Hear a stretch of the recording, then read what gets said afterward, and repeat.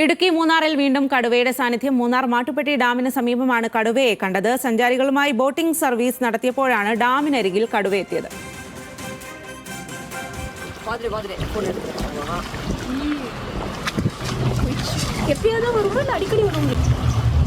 വിവരങ്ങളുമായി Alvin Thomas ആണ് ചേരുന്നത്. ആൽവിൻ, എവിടെയാണ് കടുവയെ കണ്ടത്? ഇത് ജനവാസ മേഖലയാണോ? കൂടുതൽ വിശദാംശങ്ങൾ.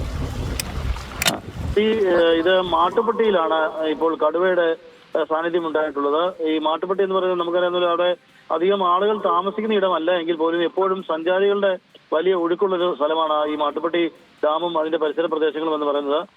ഇന്ന് വൈകിട്ട് ഉച്ചയ്ക്ക് ശേഷത്തോടുകൂടിയാണ് ഈ കടുവയെ അവിടെ കാണുന്നത്. ഇവർ ബോട്ടിങ്ങിന് പോയ സഞ്ചാരികളാണ് അത് കാണുന്നത്. ജയഗണേഷ് എന്ന DTPCയുടെ ബോട്ട് ഓടിച്ചിരുന്ന ആളാണ് ഈ ദൃശ്യം കാണുകയും അത് പകർത്തുകയും ചെയ്തിട്ടുള്ളത്. അതിൽ അപ്പോൾ വിനോദസഞ്ചാരിയായിട്ടുള്ള ആളുകൾ ഉണ്ടായിരുന്നു. ചെന്നൈയിൽ നിന്നുള്ള ഒരു കുടുംബമാണ് അതിലുണ്ടായിരുന്നത്. ഇത് ഈ ബോട്ടിംഗ് നടക്കുന്നതിന് തൊട്ടടുത്ത് തന്നെയുള്ള വനത്തിനോട് ചേർന്ന് നടന്ന പ്രദേശത്താണ് ഇപ്പോൾ ഈ കടുവയുടെ സാന്നിധ്യം കണ്ടിട്ടുള്ളത്.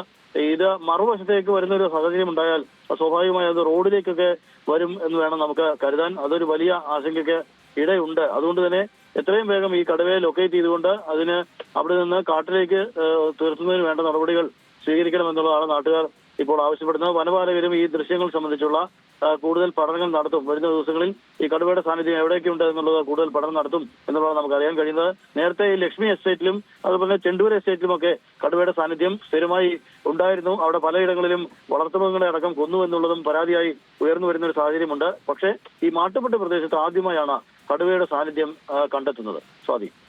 ശരി ആൽവിൻ, ഇടുക്കി മൂന്നാറിലാണ് വീണ്ടും കടുവയുടെ സാന്നിധ്യം. മൂന്നാർ മാട്ടുപ്പെട്ടി ഡാമിന് സമീപമാണ് കടുവയെ കണ്ടത്.